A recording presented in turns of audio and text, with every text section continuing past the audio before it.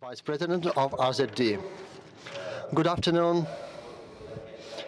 To start our interesting discussion, and I believe it's really very interesting now that we have a large number of speakers.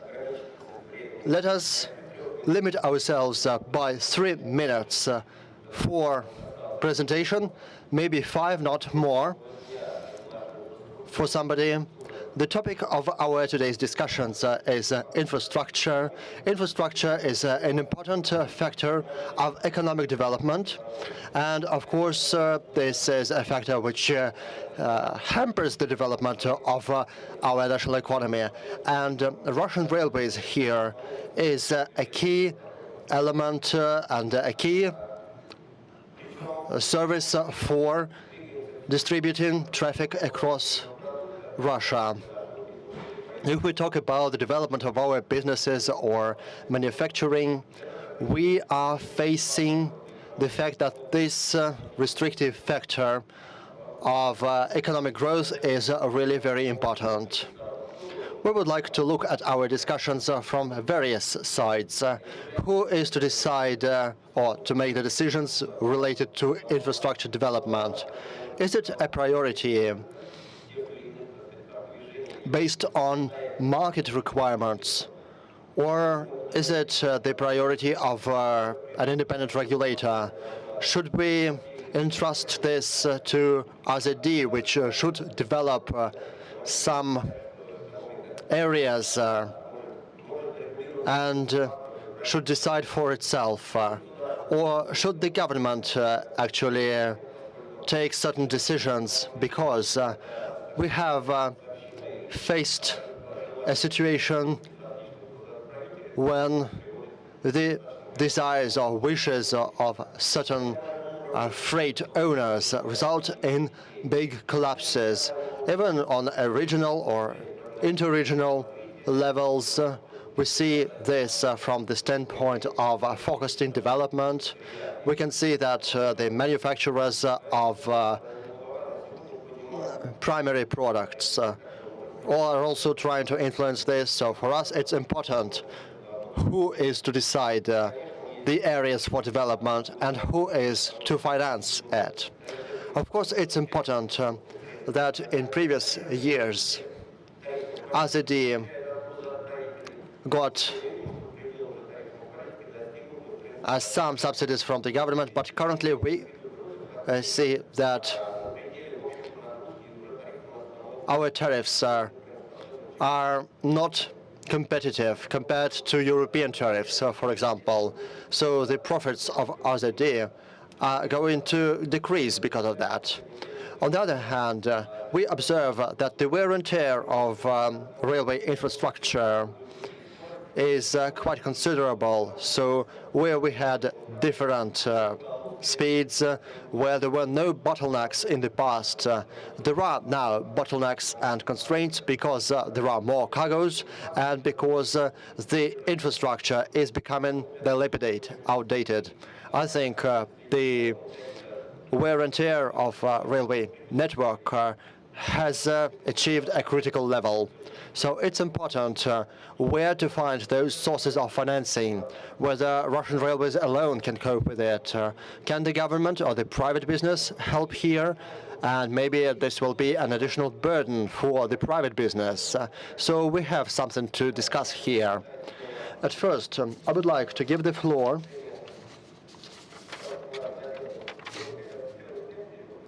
to Fyodor Pekhterev to begin with.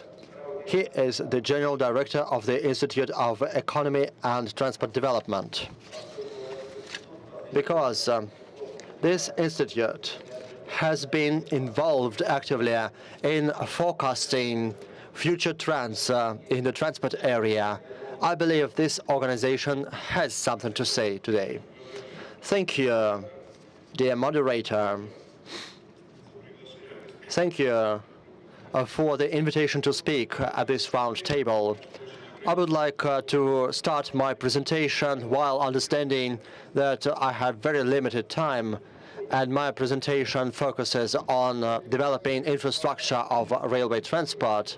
So to paraphrase the well-known words of Vladimir Lenin in 1917, finally the aspirations of millions of workers have been achieved. We have conducted the great socialist October Revolution in Russia. Currently, we are on the threshold when the previous capacities built during the Soviet Union era are extinct, or actually are exhausted, and currently we have to start building new infrastructure.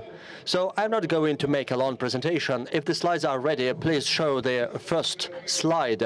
And I will use these small slides to mark this critical method of reforming the infrastructure. This map is what we have in Russia, the map of bottlenecks. The length of this bottlenecks is more than 6,000 kilometers. The investment program of the company is well known. And if we keep going with the same path at investing into the infrastructure, we'll have 14,000 kilometers of bottlenecks, and by 2020 more than 19,000 kilometers. And if we take into account that 7% of our railway network carry out 80% of all cargo flow, and the bottlenecks are within this 10%, and if you want to turn the Russian economy into innovation way cannot be fulfilled. Please show the second slide. If you look at this slide, you can also see what is expecting us in the next future. The growth of transports, depending on the directions, you can see northwest, Russian Far West. In the south, you can see the growth of the transport volume, or in the northwest, where the growth is up to 70%, and also in the Far West, when the growth of transport volumes is more than 300% in comparison to 2011. And Mr. Androsev, the chairman of our board of directors, said at the previous session he was talking about how 4 crossroads for developing of the rail infrastructure development, and what we can do with all these cargo volumes.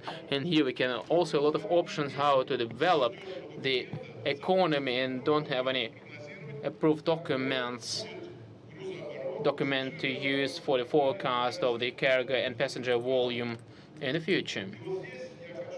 And here I would like to tell you, for example, if you know the wisdom, if you are sinking, you can save yourself only. And I'd like to thank Mr. Yakunin, because he found an opportunity to provide money and the Russian railways take the responsibility to create the inter-industrial balance of and just to use some of these elements of this intersectoral balance in order to identify the cargo volume agreed by everyone. We just finished the railway development plan until 2020. It is already approved as a strategic document for the infrastructure development.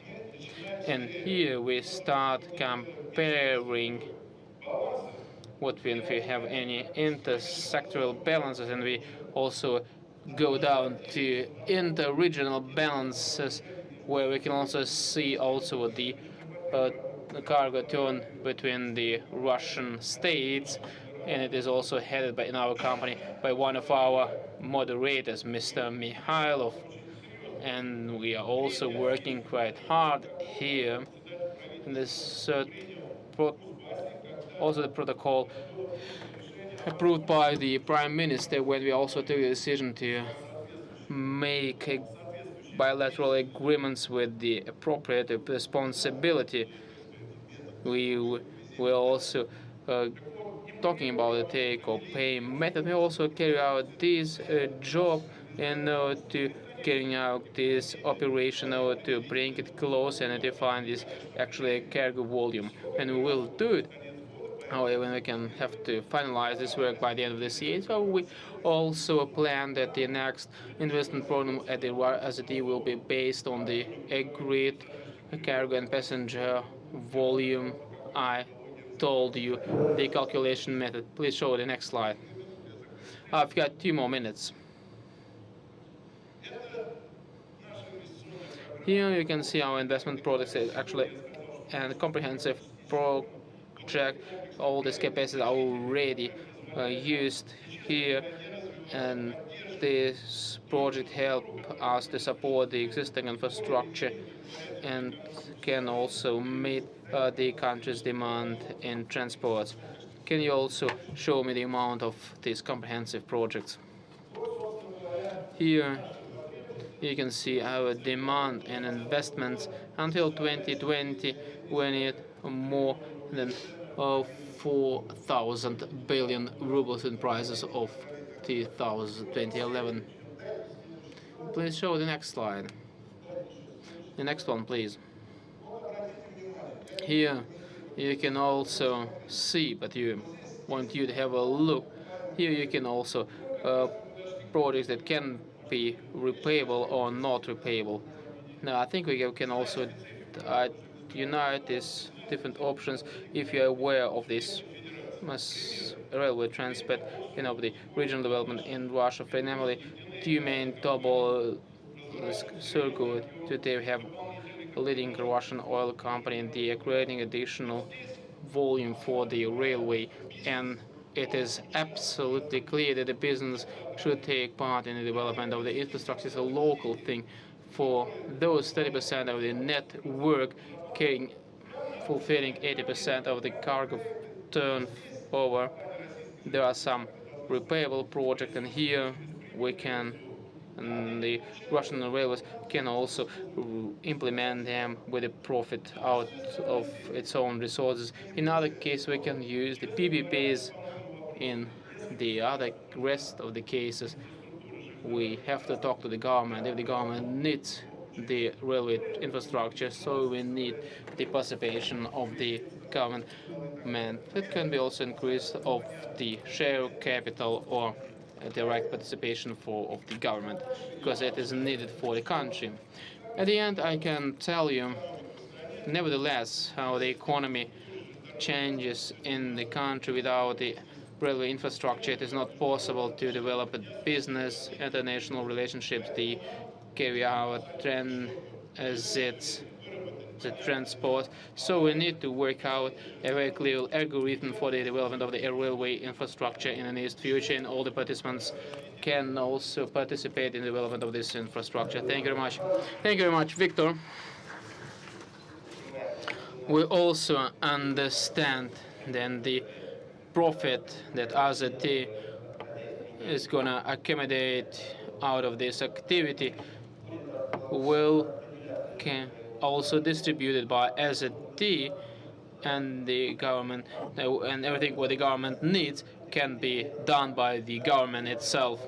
So we will get the profit first from all the shippers, then we'll send this profit to those purposes we will think it is needed to be sent to, and then we want government to take part in our infrastructure development. And I would like to give to Stanislav Voskresensky, Deputy Minister of Economic Development, because we need to understand what approaches to the investment programs of AZT will be, because the macroeconomic time in Europe and America is quite complicated. Now the Ministry of Economic Development is looking at it. In a moment, you have also information from G8 and G20, and you can also share some information within our discussion. Thank you very much, Vladimir. I would like to start with the situation in the global economy. I don't want to comment any situation on the stock exchange market due to the events in Greece, but I would like to tell you about the economic perspective for the economic growth and how it has an impact on different regions, because the last published forecast of the OECD shows that the colleagues are expecting the global economic growth until 2030 by 3 to 3.4%. However, the Europe, because it's our main partner, is expecting growth of 1.3 to 1.7%, and the countries outside the OECD and developing or emerging markets can have a growth of 4 to 7%, so the geography of the demand will be changing. So the growth speed of emerging and developing markets will be 3 times as much as the ones of our traditional economic partners.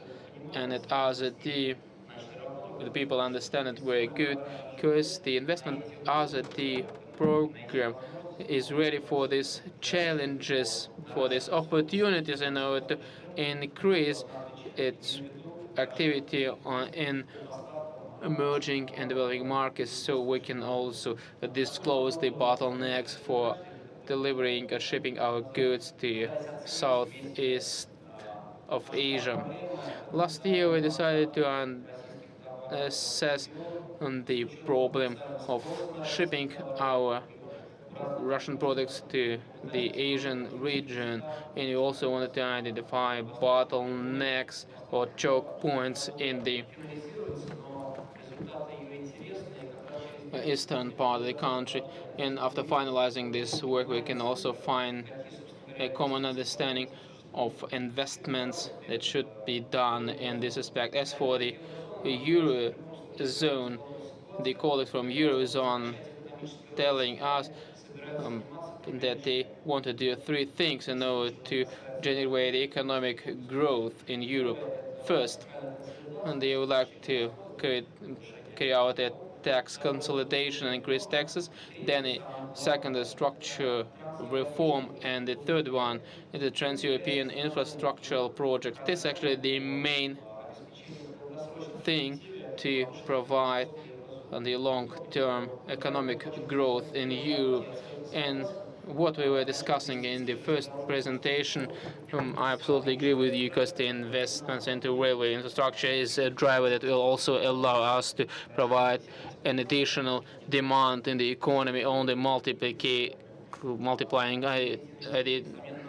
indicators are recalculated at RZD. And I would like to draw your attention to the fact that last year that the RZD investment program was a record one, was of 411 billion rubles. In 2011 it was 401 billion rubles. So RZD probably already achieved the investment level before the crisis of 2008. As for the financing sources, here we have a very intensive discussion. But we'd like to I didn't get clear in three issues. We said you at the Ministry of Economic Development many times we need to set a long-term tariff for the RZD for 5 years in order the company can understand what kind of revenue they can get on a long-term basis, because without it we are not even able to create a pipeline projects, and we really not understand which work and which projects we should start or not start. You can also use the long-term governmental tools for the loan financing, and means we can use the pension funds to purchase the 10-year RZD oblig bonds. It will also will make cheaper the loan for RZD. It is also correct for the pension fund for the economic reasons and for the political reasons, because the investment of pensions into the future of the children, into the future infrastructure, and this is actually the direction we have to use actually this money.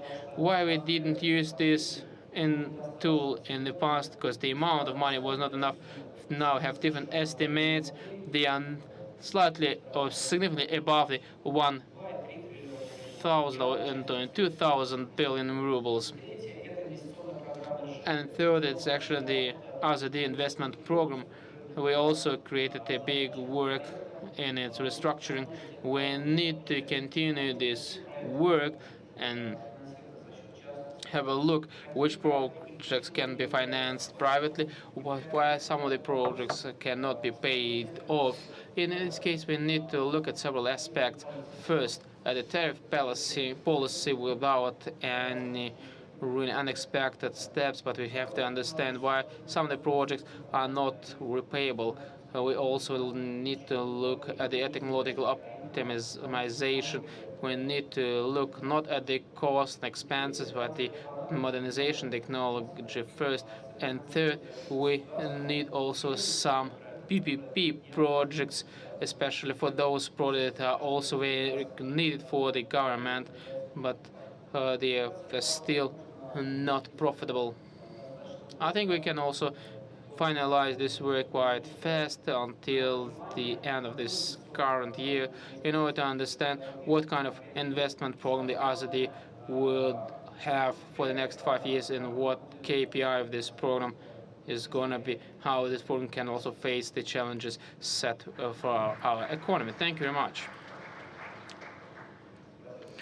I think Stanislav, and we also understand that the development of the railway infrastructure is a very significant governmental objective, and not only RZD should be involved in solving it. I would like to give the floor to Kolikos. He is interested in developing his business, and also actually quite in a hurry. He has to leave us quite early. He has to go to the airport. I'd like to go to Mr. Abramov. I want you to express your opinion. Thank you very much. I can also be quite provocative. I want tell you to all the delegates, because at the moment we are currently generating our GDP in the low density populated areas, and they are quite far from the Russian borders. And because we are exploiting our transport infrastructure that allows us to sell all of these products and resources, we will keep transporting the significant amount of cargoes for a long distance, because the biggest part of our GDP is generated far from the Russian border. And I think that the current transport infrastructure is just a reflection of the economic state of 100 years ago. We are oriented on the West European markets, and I absolutely agree with the previous speaker that within the next 20, 30, or 50 years that the growth will be generated in the eastern countries, so the priorities should be set accordingly. I don't really believe that we will have a growth of 100 million tons towards northwest. I'm not sure that the Western Europe can consume it. However, we have to acknowledge we are taking part in a very open discussion about the possible investment solutions, and we also want to avoid significant mistakes in this case.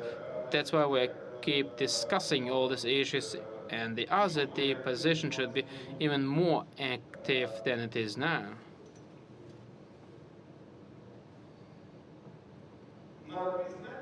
We have to acknowledge that the current transport infrastructure, first of all, the railway infrastructure, is loaded by 90 or 95%, but everybody agrees with it. We can also compare with the North American market, where there are no directions with the reserve of at least 30%, and every businessman understands it. And no matter what you manufactures in America, it can be transported. And this 30% reserve of capacity is actually a challenge for our society because the business cannot finance it.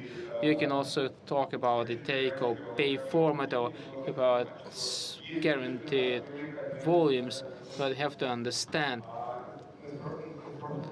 if we don't have any railway infrastructure in the Far East, so we need to construct a lot of infrastructure in addition to the Trans-Siberian Railway, and also quite important on terms of geopolicy for our society. And we don't want to be provocative, but I am. We are not able to keep the Siberia and the Russian Far East in Russia and accept the consequences. I also gave an example to my colleague.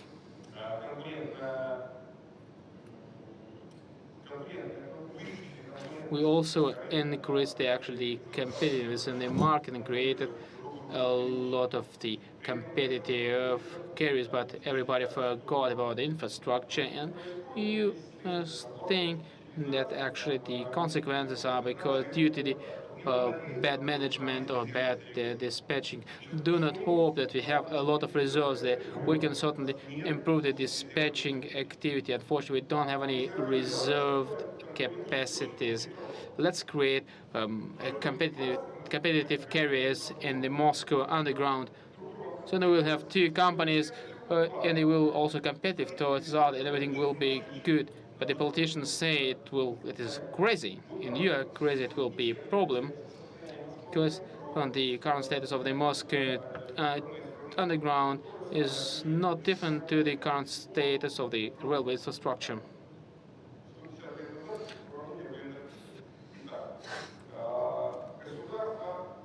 The government should finance the construction of a new railway infrastructure. This is actually something that is not questionable. Another question that should be discussed seriously: when, where, and who is going to pay for it.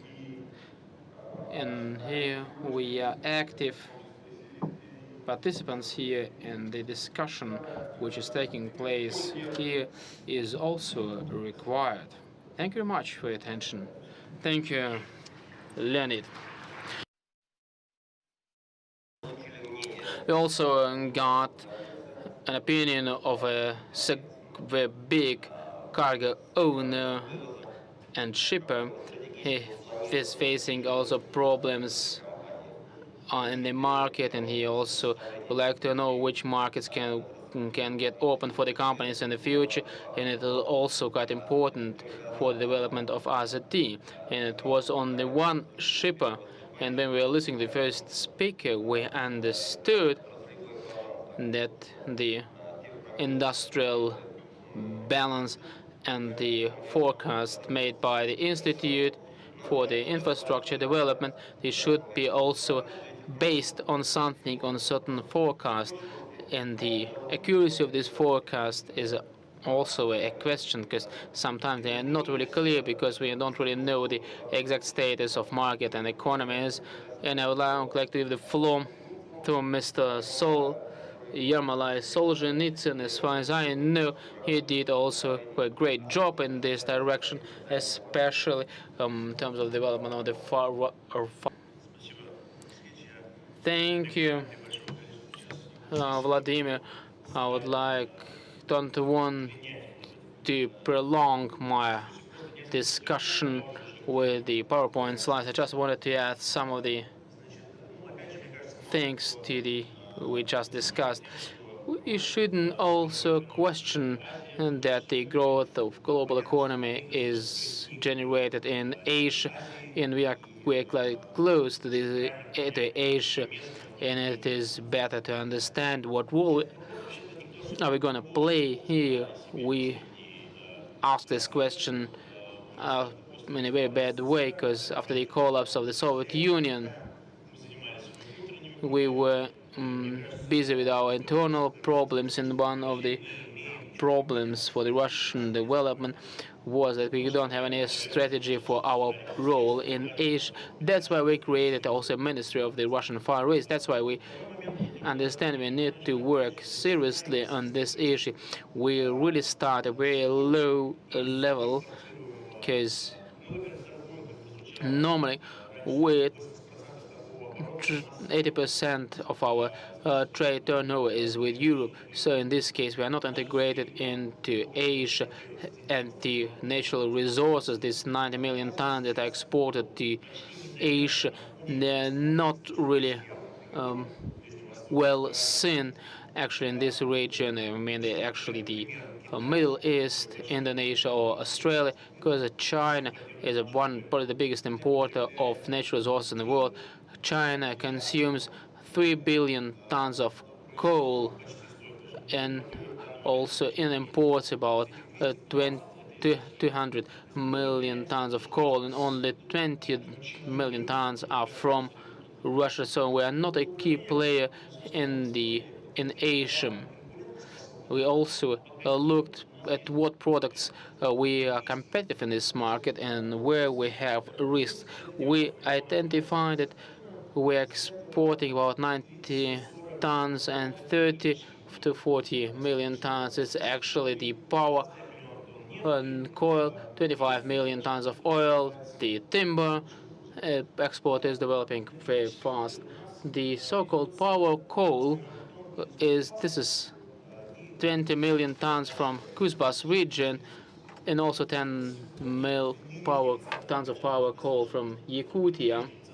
But the current coal prices allow us that the coal from Kuzbass actually at the break-even point, and we have to correlate the situation and look into the future and understand whether we want to invest into a certain 5,000 kilometer long way of coal transport, because we are going to construct a railway for the perspective until 2020, because it is a modeling. It is quite important to discuss everything. We are not questioning the coal in Yakutia, because the coal, the price from Kuzbass to the Pacific is $45 per ton. That's actually 45. That's actually what we have taken into account all the investment needs for the other days. So 45. That's actually the current level, but we have to also take into account the sensibility to the investments. This 25 million tons of oil, they are normally transported into the pipeline. As soon as all the oil is transported via pipeline, the SRT will also get empty capacities, and this will also have a price increase impact on the coal transport. We also discussed not long ago how the shale gas can also influence the market, because the prices for the gas dropped by 2 times, and some of the coal products are not interesting for the internal market. So they are considering various scenarios of exporting coal to Asia. And as a result, there is the long-term scenario of surplus of coal on the Asian market. What am I driving at? My colleagues from RZD and the Ministry of Economic Development have created instruments to model these scenarios, because while taking decisions on the investment program, we need to split them into the part in which we are sure and the part which is a bit riskier. For me personally, well, you remember the table saying that by 2015 we will increase our cargo flow by 300 million tons. I'm not sure about that. I think that would probably happen in 2020.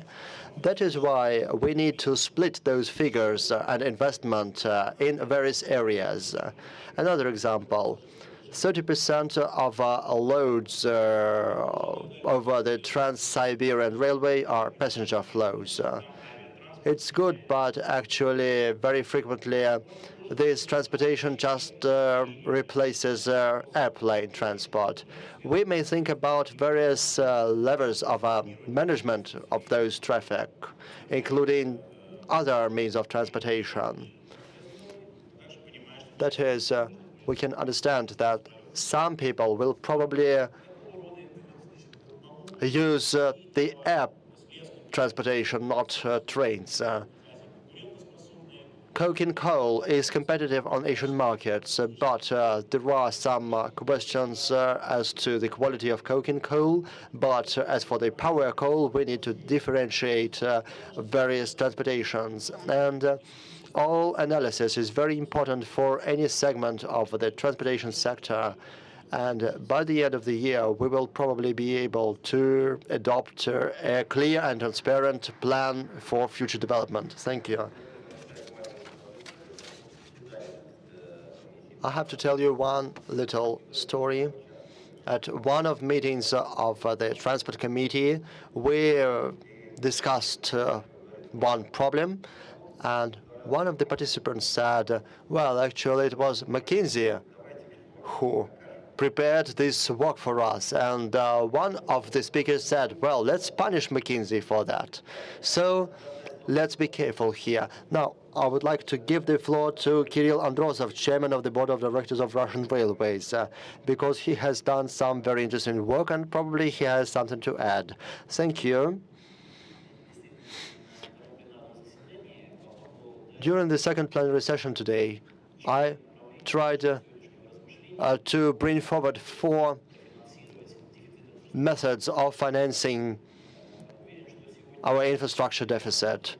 I'm sure that we will discuss that in greater detail today, but now I would like to ask a provoking question, and I will give an answer to that question. I think it is to be discussed. It is directly related to the sources of financing infrastructure. The question to be answered now is what Russian railways sell. What is AZD's product? Potentially, we are before the following choice. Either we sell throughput capacity, the possibility to transport cargoes, or we sell the actual transportation service, transporting cargoes from A to B. My answer is the actual transportation, because I believe that transportation is the need of a freight owner. Freight owner wants to deliver cargoes from A to B, but this answer has 3 derivatives. First, distance. Second, destination. And third, timelines.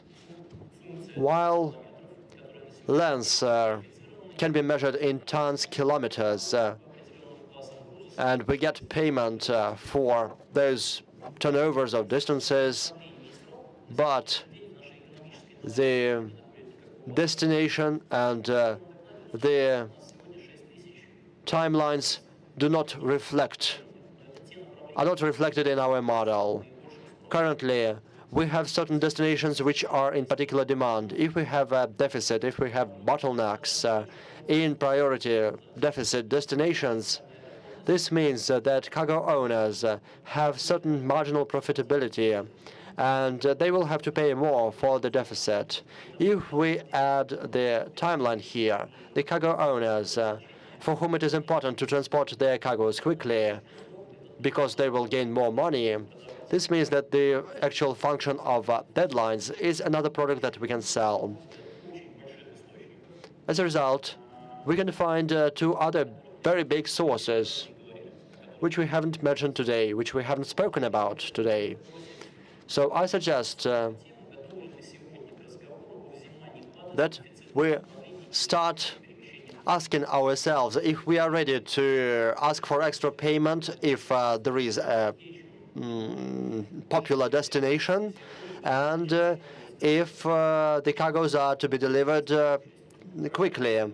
Well, I have to run away, but I hope this will be discussed today. Okay, we are now to discuss the following thing. If we are to pay for speed and for bottlenecks, probably there will be always bottlenecks on our railways, and probably we will not be able to deliver anything quickly. Well, let us continue this discussion and give the floor to Vadim Mikhailov, because he represents Russian Railways here, and probably he will share with us his understanding of where to get from those OPEX and CAPEX and whether to increase tariffs. Thank you very much. I would like to thank all the participants of our discussion because you found the time for such an important discussion. It means that our discussion is indeed important. And besides, all people whom you see at the panel session today are people who keep discussing this topic on all levels with federal authorities.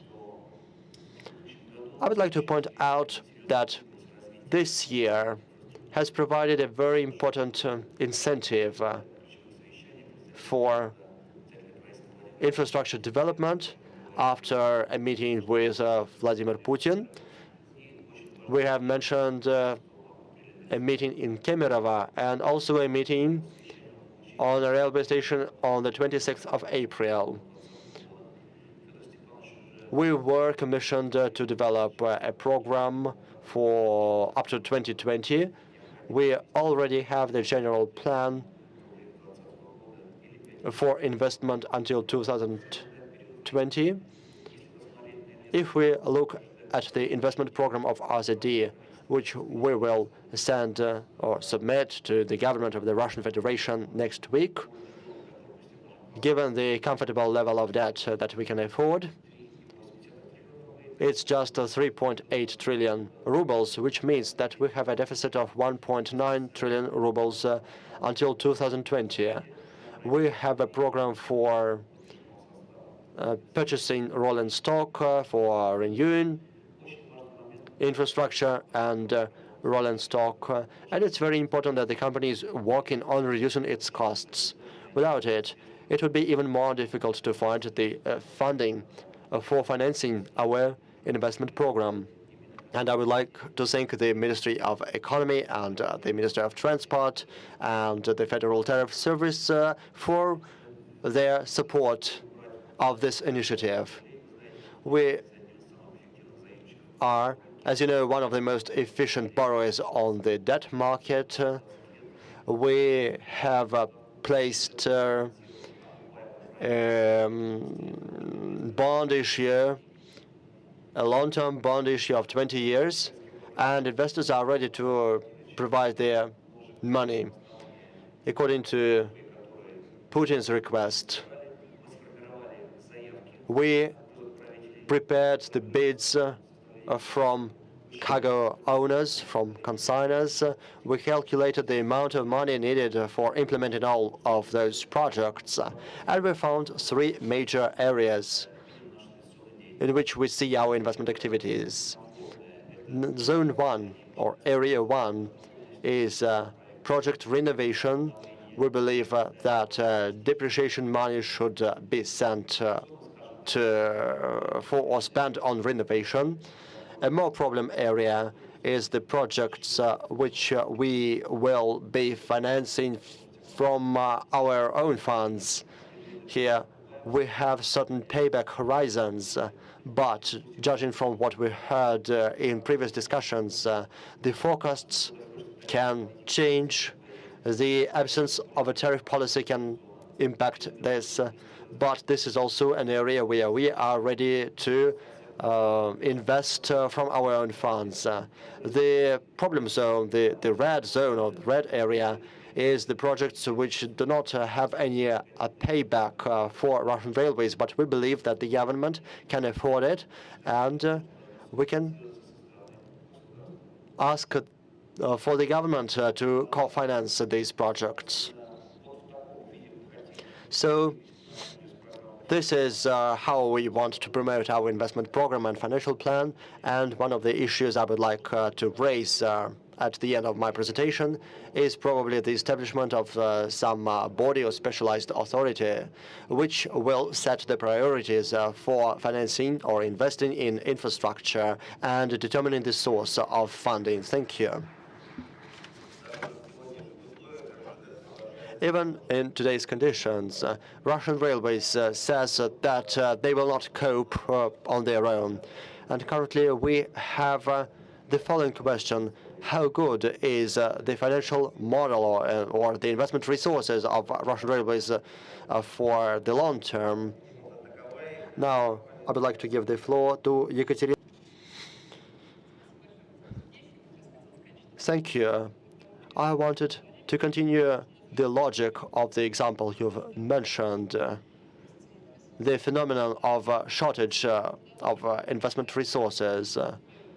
Briefly about the methodology, I will sum up very briefly what the previous speaker said, and also add a few comments as to the condition of investment resources. The amount of investment resources can be determined on the basis of a forecast of future cash flows from all sources of financing that with reasonable likelihood can be named as affordable or accessible based on today's conditions. This means this is the maximum amount of borrowing that a company can raise without running too high risks.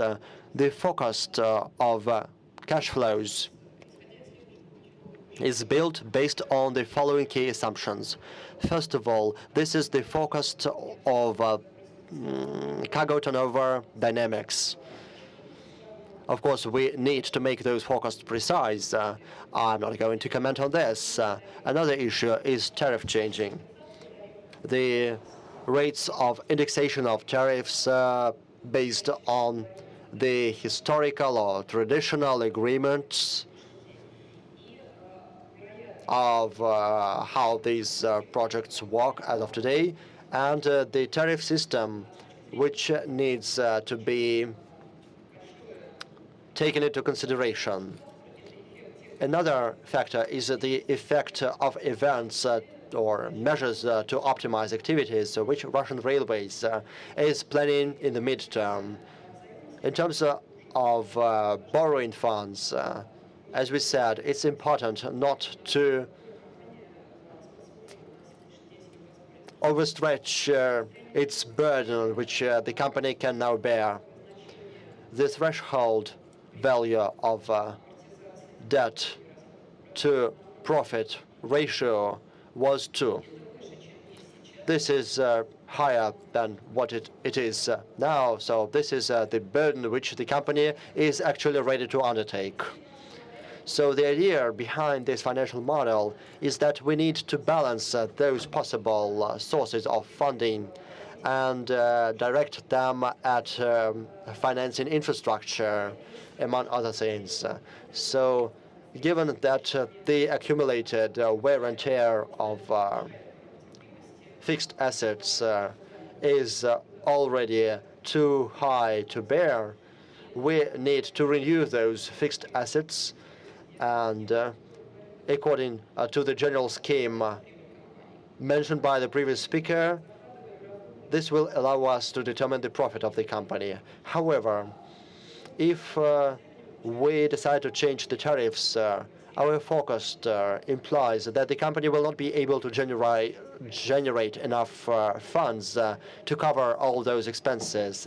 This is why the company undertakes to finance the projects which can be paid back for.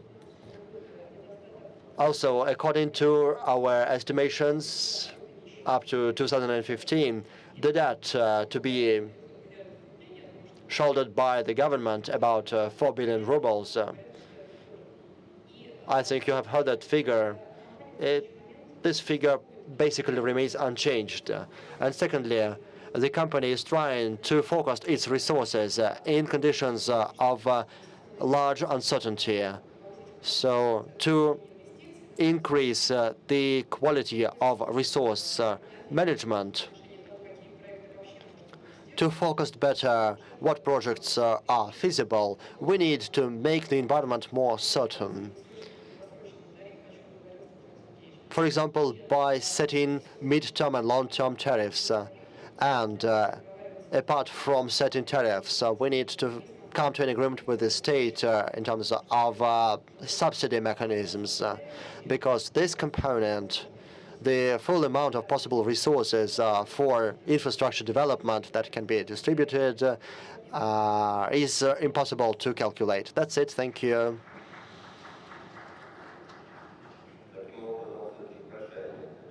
So we have a big uncertainty of if the company will be able to co-finance or actually implement the projects in the conditions of this uncertainty. Now, I would like to give the floor to General Director of Problems of Natural Monopolies, Yuri Saokyan.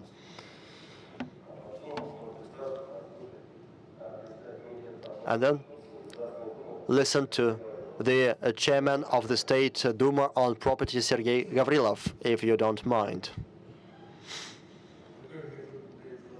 First of all, I would like to thank you for the opportunity to speak at today's expert dialogue. What I want to say, I thought that would be mentioned by Yermolai Solzhenitsyn, because actually this is the brainchild of him.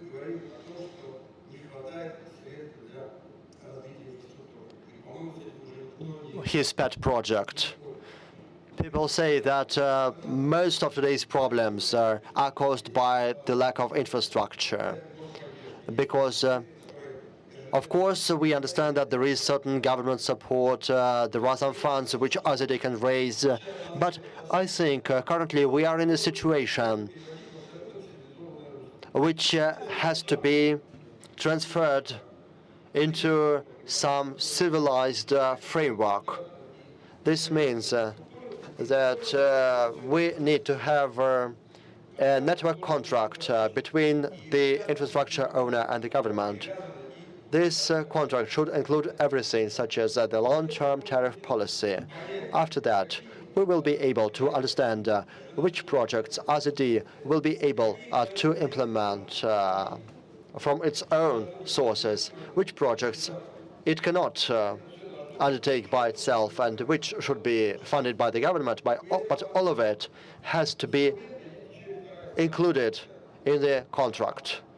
There is another side to this issue, I think.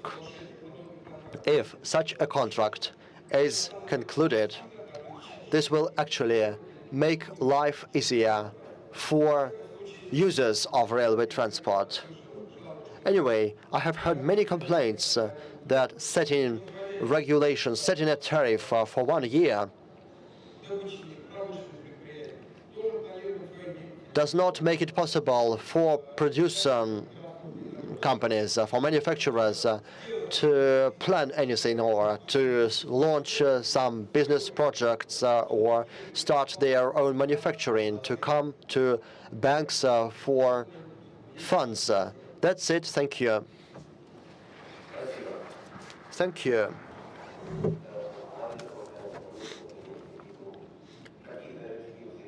Of course, we need to have some mechanisms of cooperation between government and private entities. But of course, we need to understand that there are many participants, and we have lost some of our competitive advantages over the past few years. For example, the costs are higher at our company than in Europe or America. And this could result in smaller profitability for most of Russian companies. But nevertheless, this is one of the possible tools, and I think we can pay attention to those tools and try to develop them. Sergei Gavrilov, our next speaker. Thank you.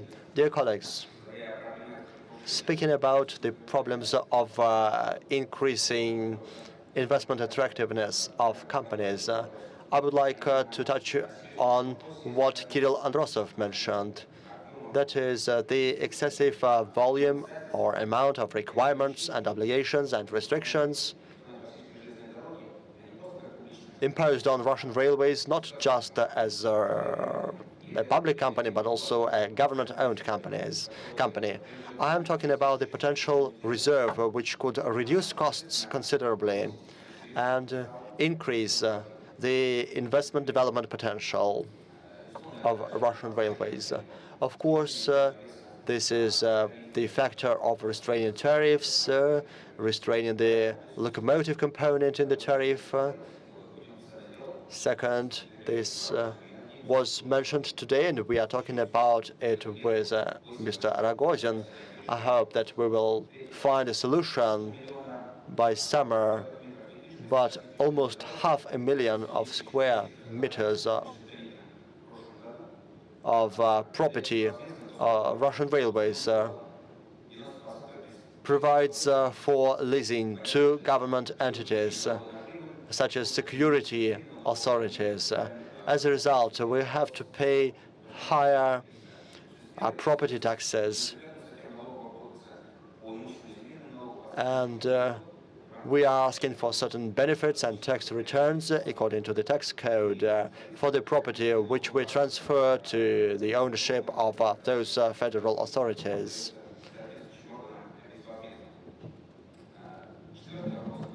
The fourth issue, very briefly, this is the issue of our legislators having taken the decision during the adoption of the tax code and include the obligations regarding the single tariff complex. Our system of obligation rights violates the current regime of asset management by railways. We believe the priority is the technological condition of assets, not physical. And besides, land allocation. We understand that the current land assets are not sufficient for Russian Railways to implement serious projects such as the high-speed rail connection between Moscow and St. Petersburg, and also some projects in the south of Russia. This is why we believe, judging from, or based on the expert opinion of analysts, we believe that certain law regarding land allocation has to be adopted to avoid bad incidents in the future. Of course, we need to reduce the time within which we have to inform the owner of land of removal or deprivation of this land. Besides, government entities and municipalities need to be made responsible for compensating the losses of landowners. And we also believe that private companies need to have the same status in terms of land allocation and budget funds can be provided to government-owned companies such as Russian Railways as subsidies. Besides, the leases of private lands should have the same status as the leases of government lands. This is because of the growing restrictions on infrastructure obligations of Russian Railways. We have discussed them many times, including with our colleagues from VTB Capital, as a serious instrument or as a reserve for investment growth of Russian Railways. Thank you.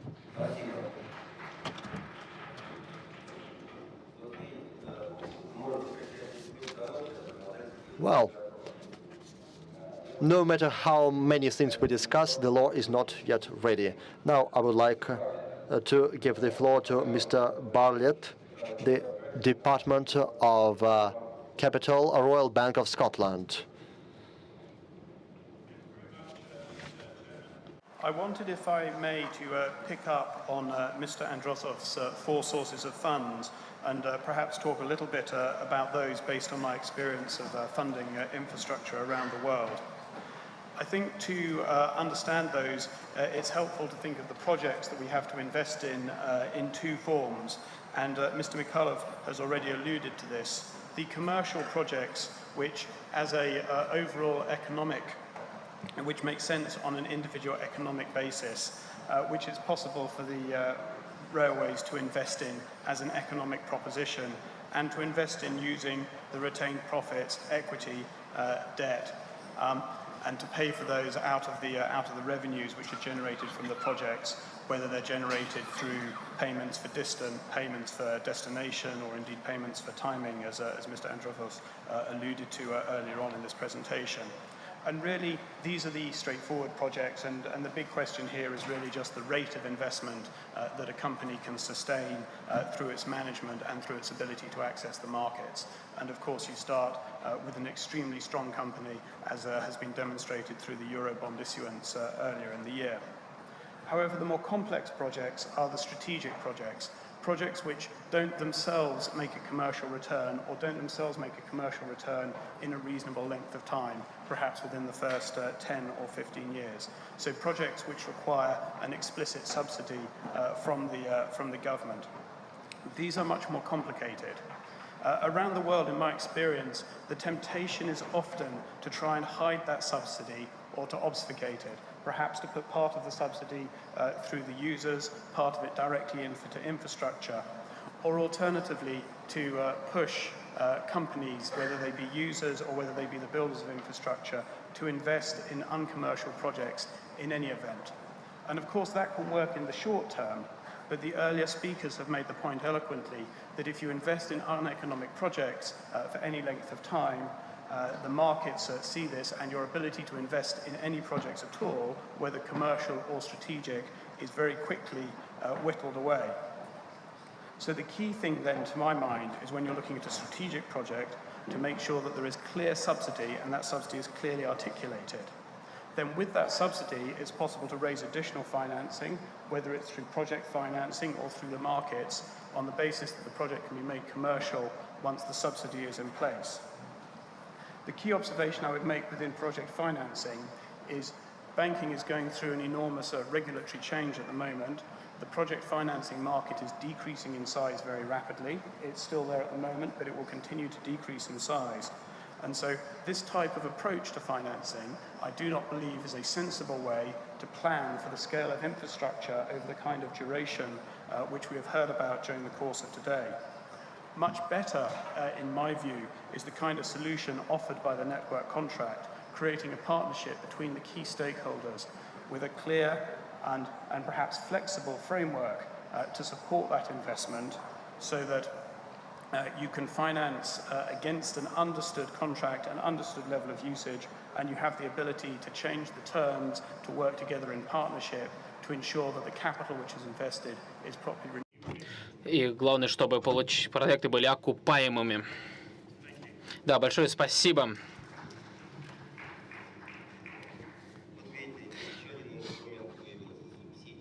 Thank you very much, because we have also subsidies as a tool.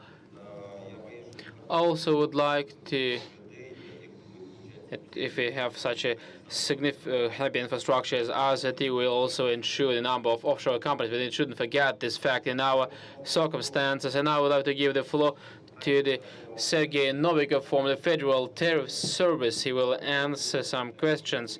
He will also give an answer how long the tariffs will keep rising. Is it possible to also fix the stats for the next 5 to 8 years in order to calculate the investment project?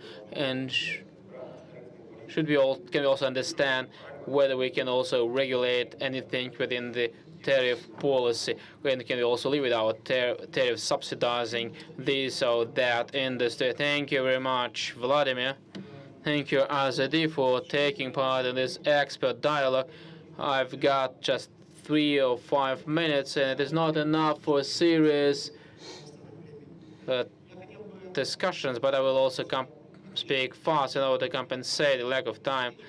I would like to go back just and to restore the framework where the regulator is working within when we're taking our decisions. We also talked a lot about the strategic fundament which should be used for the further conclusions. So the strategic solutions and decisions are fundamental for further activities. The next step is also quite clear. This is actually the implementation model that is actually should implement the strategic decisions. In this case, the implementation model is certainly wider than just a financial and economic model, and it also incorporates technological, administrative, legal, financial, personal aspects, and so on. And within this implementation model, it is important to keep the balance of interest, which is became in all the infrastructural industries much more complicated. If you look in the picture, what was in Russia and in the US, it was a 2D balance. It was just a balance between the consumer and the infrastructure, and the balance was achieved by regulators with the participation of the government, so it was just a 2D more balance. Nowadays, the structure of this balance is much more complicated. This is the balance between the current and long-term robust functioning, between the development task and the investment needs and consumers. So it is a 3D balance now. However, the quality of the elements, because the consumer is called the same in both cases, the quality of the consumer is different, but we also regulate not only railway but also some other infrastructural industries, for example, the power generating, the power and fuel industry, and the also created an absolutely new consumer. It is not only a consumer of service but also an active participant of the whole governance of the infrastructure. In the railway, we had also clear changes when they also qualified manufacturer organized its own operators and became also a direct participant, direct player of the transport process, and the balance became much more complicated, not because of its size, but also the quality of the players changed significantly. The regulations in a very wide sense and everything what is related to our activity is also well linked with all the aspects of this implemented model I mentioned before. It is not just moving papers from one stack to another one, it is just an active participation in this process is interactive. It is not possible to create 1D picture from strategy to the budget, from budget to the tariff, from strategy to the financial markets. The picture is complicated feedbacks. What the very simple conclusion can be drawn here? The long-term tariff decisions cannot exist in the air because they are also based on something, and they are also key elements of strategic decisions and of the implementation model that should be adopted. We couldn't have a small but long-term tariff for a significant amount long-term investment that will flow to a certain infrastructure. I put this example not for the first time, probably for the first time at a conference devoted to the railway depot. Here's the way the power industry. We had discussed this issue long ago. What are we talking? Wait, no, we are talking that the long-term regulation should exist, but the details are important. It is important to understand these details, because nowadays when we say that the long-term regulation should exist, we are not talking about the long-term figure, we are talking about long-term rules and legal frameworks and regulation structures that can also allow us, if the government chooses such a model, and even to set those tariffs which are actually come out of this long-term framework.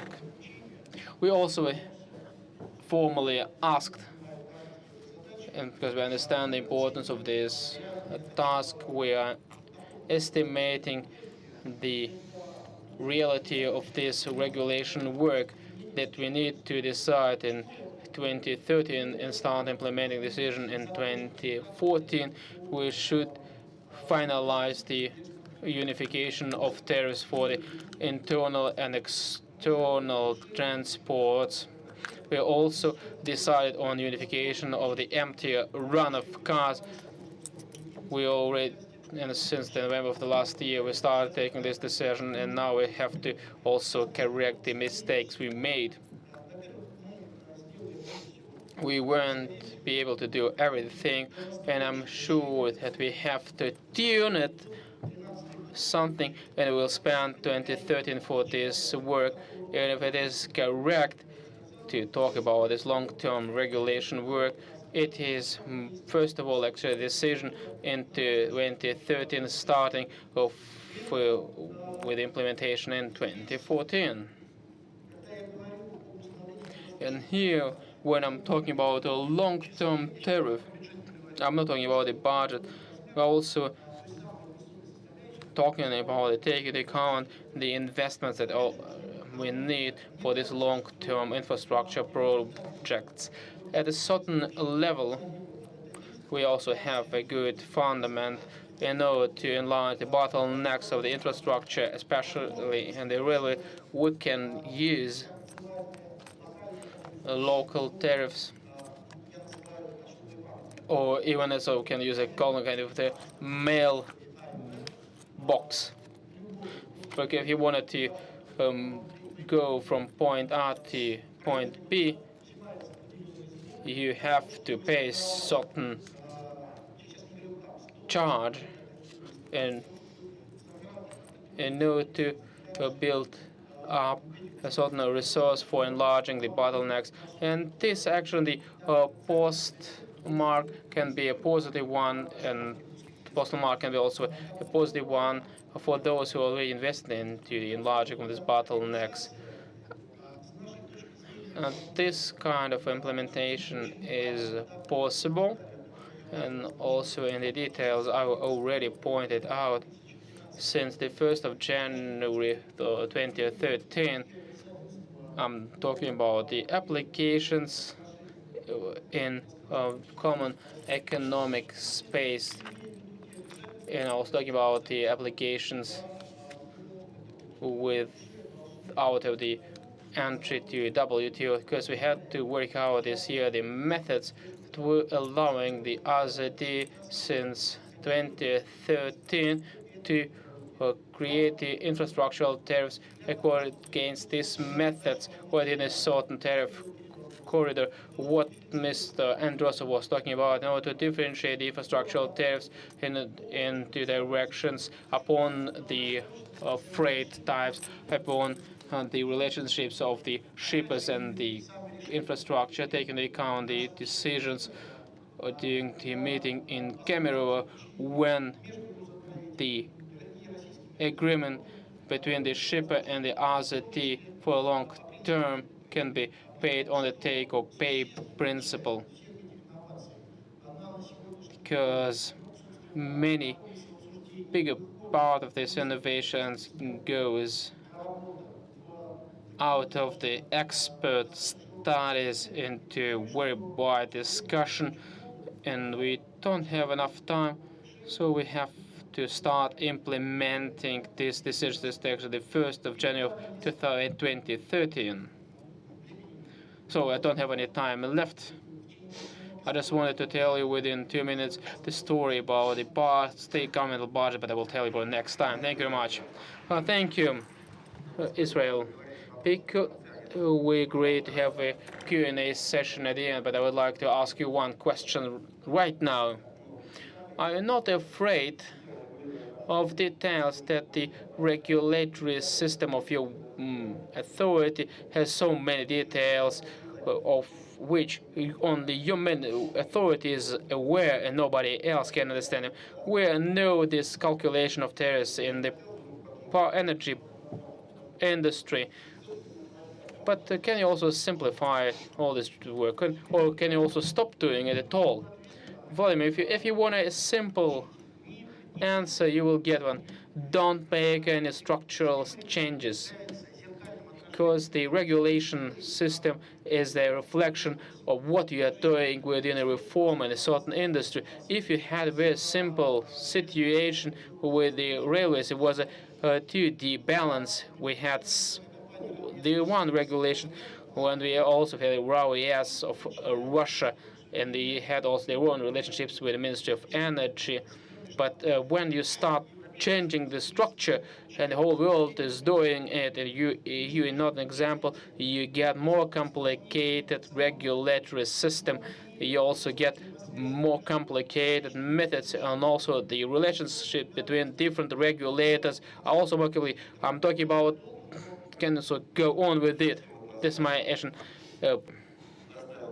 And I would like to give floor right now to Innokenty Ivanov, the partner of the Fresh File company, because the partnership between the shippers and the carriers, and actually who is going to pay for what. Thank you very much, Vladimir. I think it is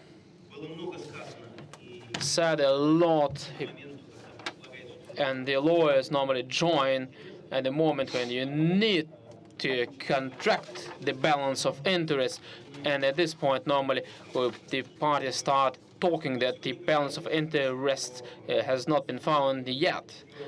And we were talking here about option 4 mentioned by Mr. Kirill and Drosser, when the private sector can also participate in the take or pay contracts were mentioned as a unique opportunity, and it is actually something what can also save the whole industry. Even if the project can be repayable, as we also talked about the governmental support, but when the project can be paid off, we start thinking about risk, and the lawyers ask about the risks left, and the risk assessment also in the take or pay contracts also have an influence on the guarantees for the parties. And if you want to find a balance of interest, especially if you want to estimate the investments from each of the party without any governmental guarantees, you can identify that Azadi is not able to take over the part of these risks, because sometimes these risks are outside of the company's influence, and the shippers are not able to take over this risk. They are also interested in the increasing of the railway capacity, in the construction of a certain railway line, but they are not able to take over all the risk. And in this case, we get the government as the important player. Without any signal from the government, without support from the government in defined shapes, the take-or-pay contract or any other initiatives like this one in Kuzbass cannot work. As a result, almost everything is actually something what we normally call PPP, and where the government is always in. And this role is also in simple tariff solutions, when the long-term tariff can be guaranteed. And the structuring has also for a network contract an important role, because the government should also agree with such a network contract, because what Mr. Zarkan already said, it is something what is actually a way for to find the projects that can be implemented. And if we take the German as an example, where everything is functioning on a contract base, because Deutsche Bahn is an infrastructural company, and the German government on the other side, there is a constant support from the government. And today we heard from Vadim, this is something that the government is searching for the same solution here, but it is not possible to separate this solution from another one, because the network contract is on the not a solution for one types of the projects, and the rest should be also paid by the private sector. Both solutions are depending on each other, and by the end, I would like to tell you, the laws, the thought that was expressed twice today, we need change in our legislation, because we need change legislation in order to free some of the other items, and also in terms of enlarging of the bottlenecks mentioned by the representative of the State Duma. And the government should also listen to the signals made by IZD in what was said today about the bonds, and this is actually a governmental bond for a special purpose. This idea should be supported. Thank you very much. Thank you much, Innocentii. So we have two speakers more left here in the panel, and there is one more speaker from the first row. I'd like to give to Julian Smith from PricewaterhouseCoopers.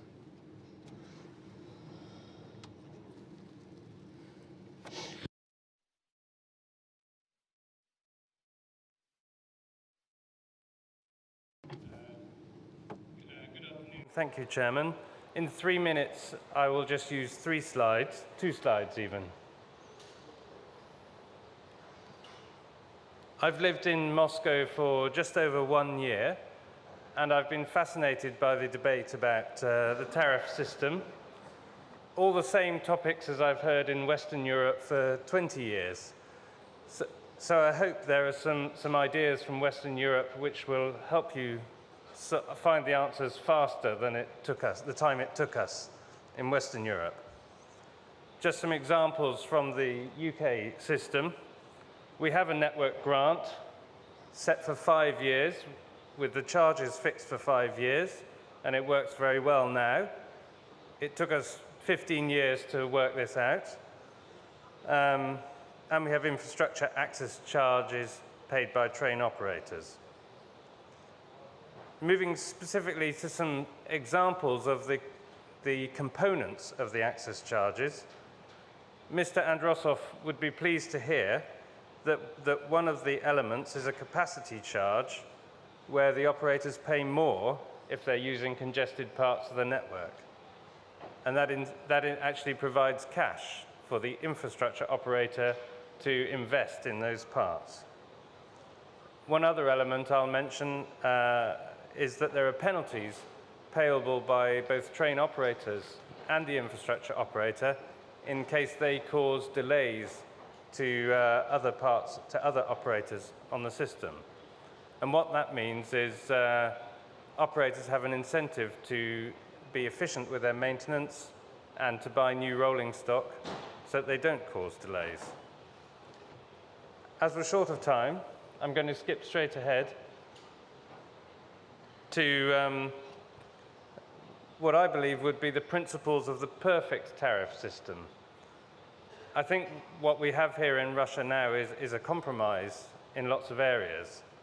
And if you try to devise the perfect system, there's something here which everybody in the room will dislike, whether you're a train operator or AGD or the government. There's something very difficult about this perfect system, which means maybe it will take 20 years to get there. First of all, the government should pay transparently for the social element of any uneconomic service. It's economically inefficient to subsidize the tariffs and make AGD pay for the cost of uneconomic services. And that subsidy should be based on quantitative analysis of the socio-economic cost-benefit, of the benefits provided to the economy.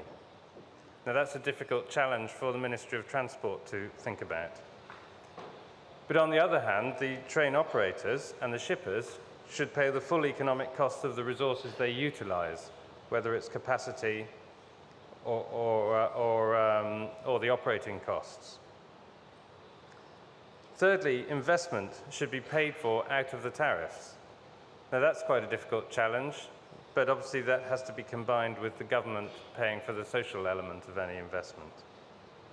And then finally, perhaps the bit that Azadeh might find difficult is that tariffs should be set by an independent regulator to reflect the economic and efficient costs of operating the system. And what that means in the UK is that tariffs go down every year rather than up. But as I said, I think it takes a long time to get to such a system. And in fact, you probably never get there, because when you think you have the perfect system, something else has changed and you have to start again. So I hope that's food for thought. Thank you very much, Mr. Chairman.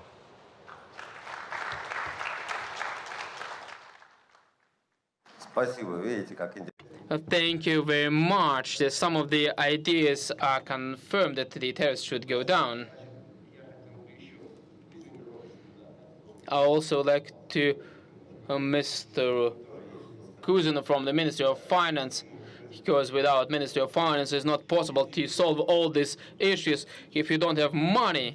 I also take into account the limitation and time. I would like to tell you just some words, and we can also continue our discussions and some other platform. The subsidies are really harmful for the economy because they either can serve the actual disadvantage in the companies or government management. So these two issues that we are discussing about actually the subsidies and the tariff regulation. The subsidies can be introduced for a short period of time and should be aimed at a certain purposes. For example, it can be used to create the tools for the company. The company exists without governmental subsidies. And for example, if you want actually provide a social support for the people and provide a sort of subsidized transport for the people and the poor in a wooden class cars, we can also live with, but it will be subsidy for the people, not for the AZD. If we are not able to live without any governmental support, without any social support, we have also social programs for which we have our financing. And we shouldn't also be afraid to increase the tariffs for the infrastructure, because we are trying to regulate the cargo flows, and we are regulating the AZD tariffs. And since December 2008 till December 2011, the tariffs for infrastructure raised by 31%, the tariff for cars raised by 100%, and the price of the semi-cars increased by 20%. So the operators actually managed to increase their margin, their gross profit. If we want to regulate, we need to regulate the whole set of the services, starting from the infrastructure until the forwarding. When we create private operators, and it didn't bring us to the competitiveness of prices. So we have to, if you want to privatize this area, we should privatize it completely. And the last idea I want to express, because the infrastructural tariff should also accommodate the investment element. And the legal framework should be fixed, because we had an experience. If someone can remember that we also made a decision on the 18th February 2008 to increase by 1% the tariff above the economically backed one, in order to create the railway from Atlia Airport to Sochi, and now we have to provide from 60 to 40 billion rubles in order to construct the roads for the Olympic Games in Sochi. Thank you very much for your attention.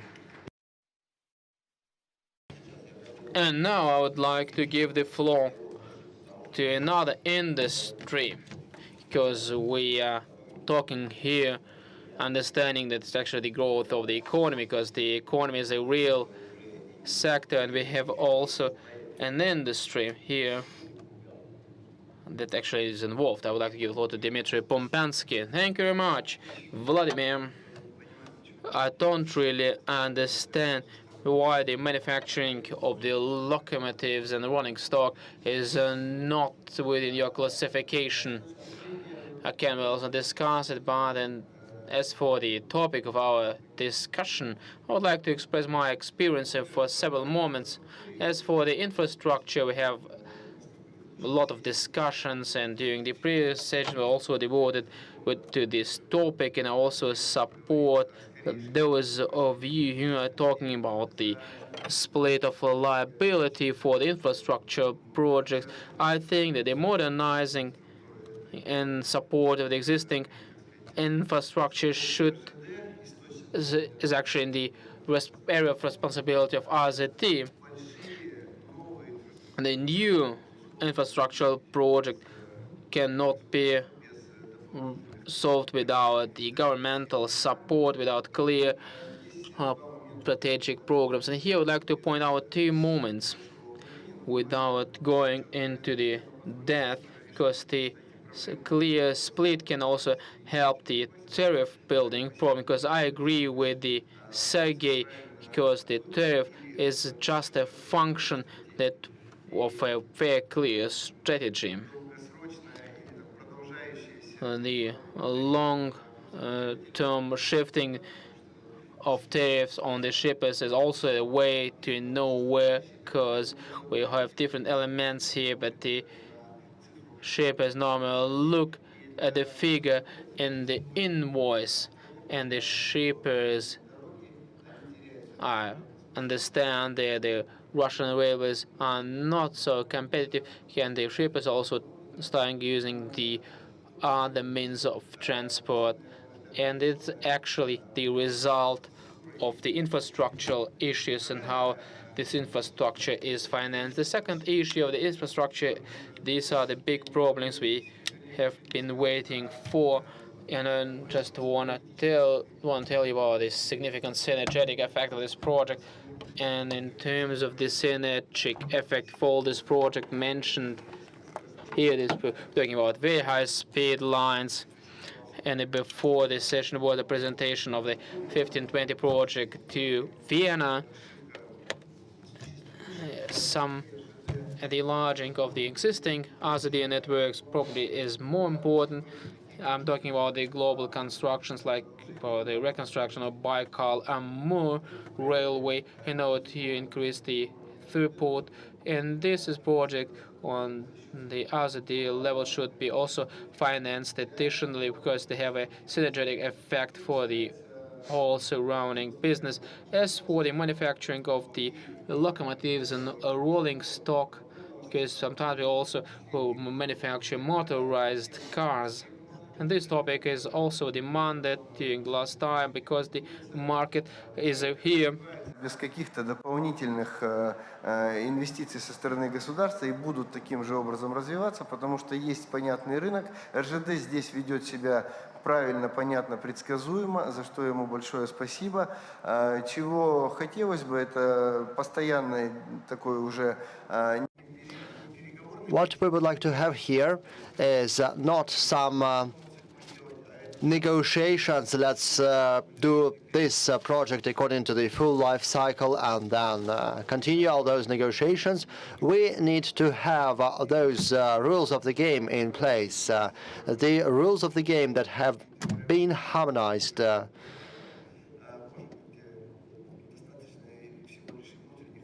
In Europe, maybe some internal decisions are needed within the companies.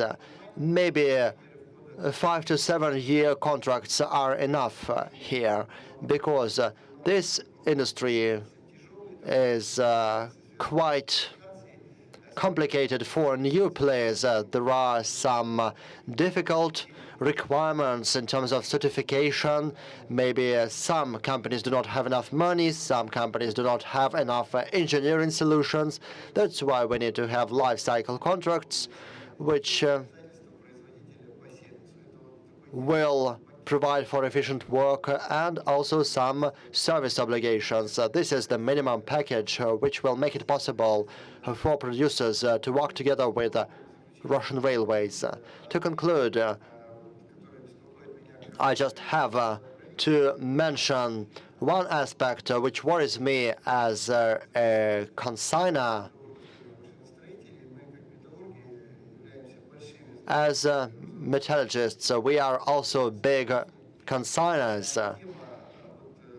And the topic of having many operators or few operators, a single dispatching system or not, I would back up Mr. Abramov here, who brought forward this idea of having many operators on the Moscow Underground. Yes, indeed, we are the same. We are a big company, and our internal railway networks, I'm not talking about Russian railways networks, which are overloaded, but our internal corporate networks are not good enough for working with operators because the huge amount of shunting operations, of maneuvering operations, just do not make it possible to produce things within the company, because those corporate networks were planned as part of a single economy when we had the common operators market. Today we cannot do this, and we just have no way of transporting the wagons. So we have to think about it. There are a few recipes here, but at the end of the day, we need to bring some order in place to find an agreement between operators. Different approaches are possible here, but it really affects competitiveness. The competitiveness of transport services, because consigners can then turn to other modes of transportation. I'm not talking about the transport business, which really does not have access to railway transportation because of the system we currently have. That's it. Thank you.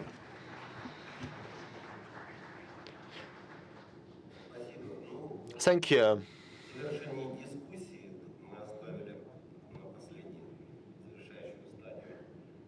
To conclude our discussions, we would like to give the floor to Tsidenov, head of the Agency of Railway Transport. We have mentioned many different subjects. I would like to ask you one question. Is your agency ready to shoulder the responsibility for determining the strategic areas of development of railway transport in Russia?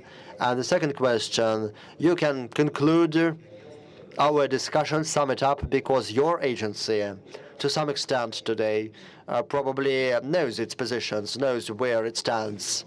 Thank you. These are complicated questions. First, are we ready to shoulder responsibility for adopting or making strategic decisions?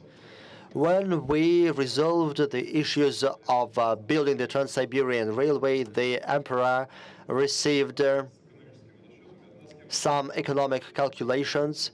According to one scheme, we had to use camels. According to the second scheme, some water boats. And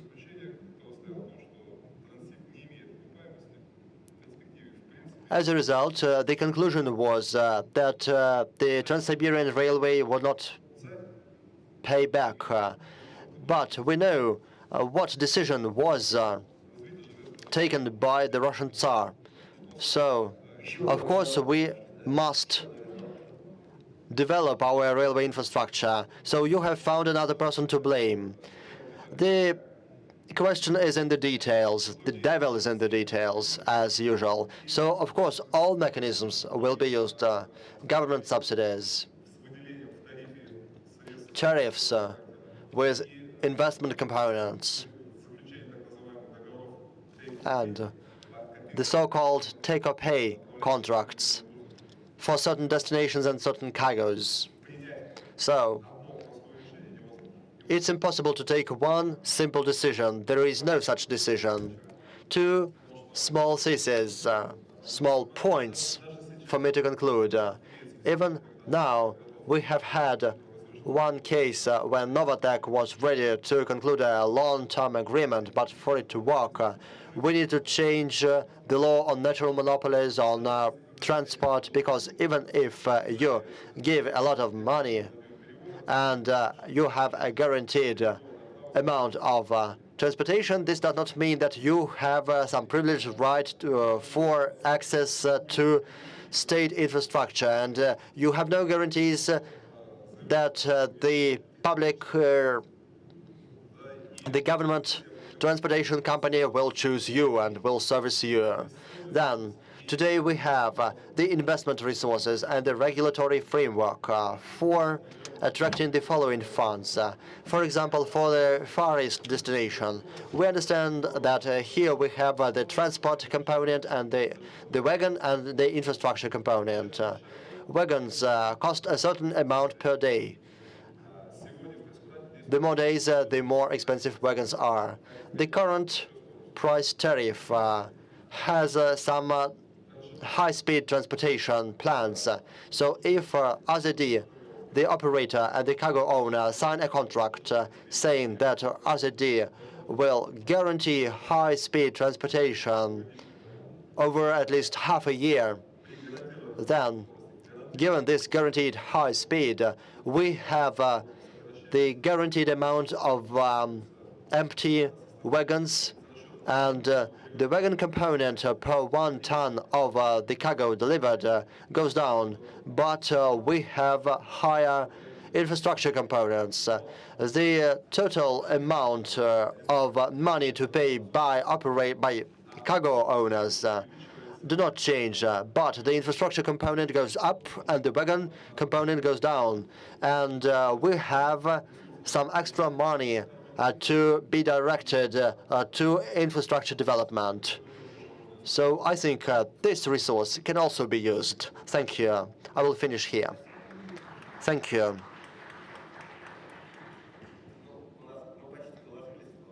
Well, we are almost within the deadline. We have still a few minutes. If you have some questions, then please ask them. I have one question. Aren't you sorry that you have bought Freight One? No, I'm not sorry for that. Do we have other questions, or are we too tired?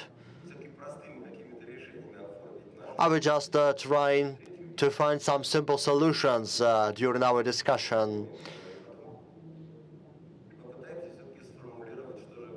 Or will we try to formulate what we have as a result of those vivid discussions? Let's just find some simple solutions. Thank you. If there are no more questions, thank you very much for your active participation. Thank you, dear speakers.